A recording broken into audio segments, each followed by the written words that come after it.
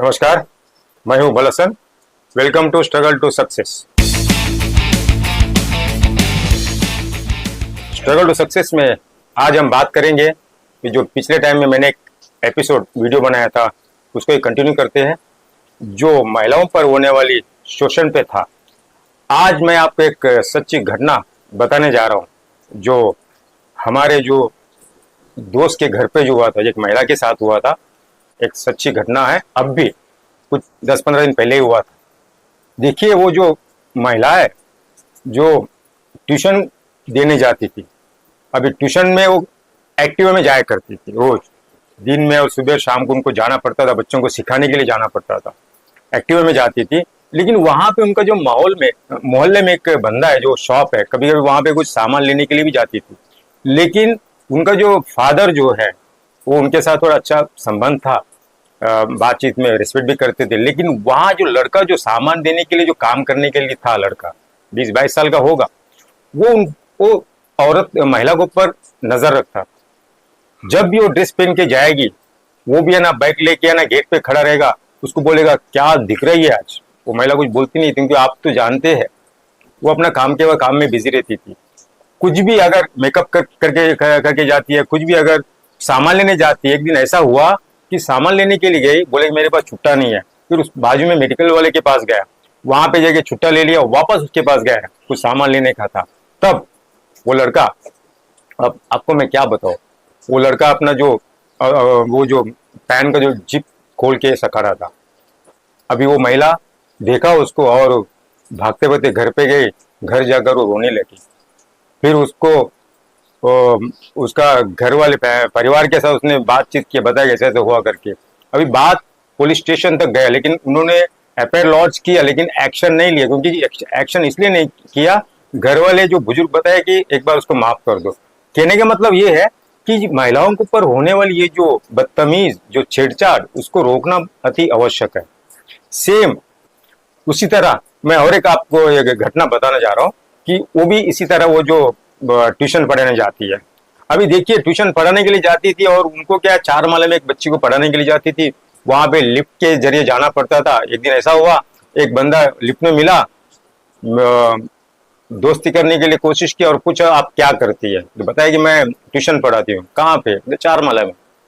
तो बात करते करते लिफ्ट से बाहर आ गए, बोले कि मैडम मैं भी यहाँ पे पास में ही रहता हूँ, हम लोग का अगर आपका नंबर दे दो तो मैं भी है ना बच्चों को जमा करके ग्रुप में सिखा सकती है। हाँ, सिखा दूंगी। उनके नंबर ले लिया। नंबर लेने के बाद सीधा घर आ गए और धीरे धीरे करके वो आदमी हाय हेलो करने लगा, हाय हेलो भेजने लगा व्हाट्सएप में।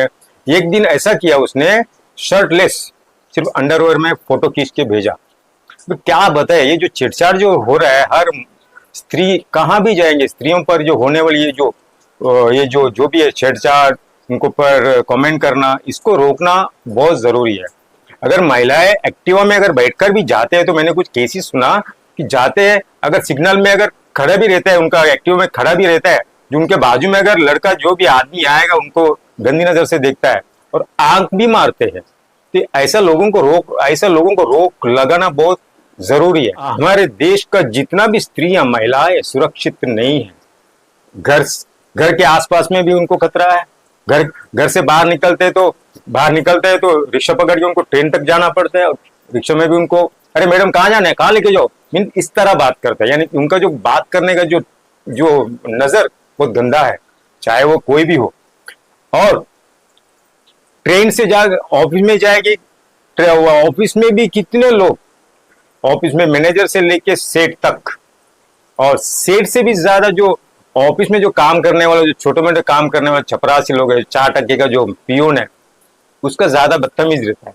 मैं भी जॉब की हूँ, मेरे आंखों के सामने हुआ है, मैं बहुत सारा मेरे आंखों के सामने हुआ है। लेकिन महिलाएं जितना झेलती है कोई नहीं झेल सकता है, क्योंकि वो सोचते हैं कि जाने दो, क्योंकि उनको काम करना है। अगर इशू बड़ा करने को जाएगा, पुलिस स्टेशन तक जाएगा, तो आप लोग मालूम है, उन लोग तरह तरह का उन लोग क्वेश्चन पूछते हैं, कहाँ पे हुआ, क्यों हुआ, आपके वीडियो है क्या, दुनिया भर का सवाल पूछते हैं। उन लोग सबूत के बिना कोई एक्शन नहीं लेते। और ये जो महिलाएं जो है, स्त्रियां जो है, वो है ना इस मामले में नहीं जाना चाहती है। इसीलिए महिलाओं को सुरक्षित करना बहुत जरूरी है। अभी कभी कभी क्या होता है, अपना जो परिवार का अंदर ही हम लोग है ना गलत करते हैं। ये एक घटना मैं आपको बताना चाहता हूँ। महिलाएं दोनों पति पत्नी जॉब करने वाले हैं। अभी आजकल ऐसा हो गया, महंगाई का जमाने में दोनों पति पत्नी जॉब करना चाहते हैं, दोनों पढ़े लिखे हैं। सुबह उठ के 8 बजे सुबह उठ के जाएंगे, ऑफिस जाएंगे और 6 बजे आएंगे। और जो उनका जो बच्चे का देखभाल करने के लिए कोई ना कोई केयर टेकर को रखते हैं। मैं एक आपको सच्ची घटना बताता हूँ। एक परिवार में दोनों पति पत्नी घर से निकलते थे, अपना बच्चे को केयर टेकर के लिए कहना 15 साल का लड़की को रख दिया। वो लड़का 7th स्टैंडर्ड में था। जैसे 8th स्टैंडर्ड में हुआ, उसका 13 साल हो गया और वो लड़की 16-17 साल की थी। अब ये जो दोनों माँ बाप घर से निकलते थे, शाम को आते थे। ये लड़की जो केयर टेकर है, लड़के को तैयार करके स्कूल तक लेके जाना, फिर वापस दोपहर के बाद उसको स्कूल से घर तक लेके आना, और शाम को 6 बजे आने के बाद वो निकल जाती थी। एक दिन ऐसा है कि उसने बैड न्यूज दिया, पता चला कि वो लड़की प्रेग्नेंट है। तो बताइए, ये दोष किसका है? न लड़के का है न लड़की का है। हमेशा हमारा जो समाज है ना, लड़कियों पर पहला आवाज उठाते, यानी पहला बोलते तू गलती, तू गलत, तू है। कभी लड़कों पर कभी है ना वो प्रश्न नहीं करते हैं इन लोग, कभी प्रश्न कभी नहीं करेंगे। बोले कि लड़का सही बोलते हैं कि लड़की तू खराब है। इसमें जो मैंने कहानी जो आपको बताया हूं, इसमें किसका दोष है?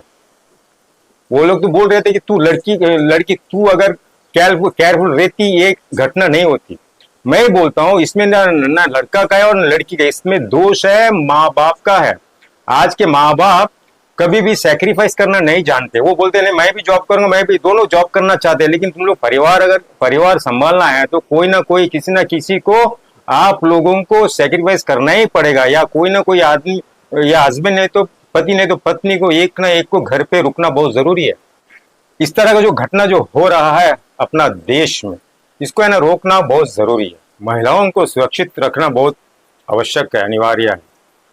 और पिछले टाइम मैंने एक वीडियो बनाया था, तो उसमें मैंने एक महाभारत में जो अपना युद्ध के समय श्री कृष्ण भगवान ये जो अर्जुन को जो उपदेश देते हैं कि परस्त्री को अपहरण करने वाले को मृत्यु दंड देना चाहिए। एक आदमी मुझसे पूछा, सचमुच वो गीता में लिखा है क्या? मैं वो आदमी को ये बताना चाहूंगा, अरे भाई आप भी है ना गीता पढ़ाया करिए। गीता में क्या सही क्या गलत उसमें लिखा हुआ है। उसको अगर आप गीता पढ़ेंगे ना तो आपको पता चलेगा क्या गलत है क्या सही है। उसमें सचमुच लिखा हुआ है। ये देखिए, ये भगवत गीता का बुक है, आपको मैं दिखाना चाहूंगा। ये देखिए, और इसमें ये देखिए, इसके अंदर पेज नंबर 30 में लिखा है, पेज नंबर 30 में लिखा हुआ है। आप है ना जरूर जाके देख लीजिए, पढ़ लीजिए, आपको पता चलेगा। मैं इस गीता का जो बीच का जो फोटो का है ना, फोटो निकल के आपका इस वीडियो के बीच में डाल दूंगा। आप पढ़ सकते हैं, आराम से जूम करके पढ़ सकते हैं, पढ़ लीजिए। देखिए, महिलाओं पर होने वाली छेड़छाड़ को रोकना बहुत जरूरी है। यदि एक सामान्य आदमी इस तरह का स्त्रियों पर शोषण करता है, उसको इमीडिएट एक्शन लेना चाहिए, उसको पनिश करना चाहिए।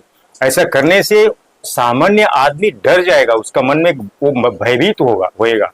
ये करना बहुत जरूरी है। अगर ऐसा करने से हमारे देश में जो 30,000 से ज्यादा जो शोषण हो रहा है वो कम होते जाएगा।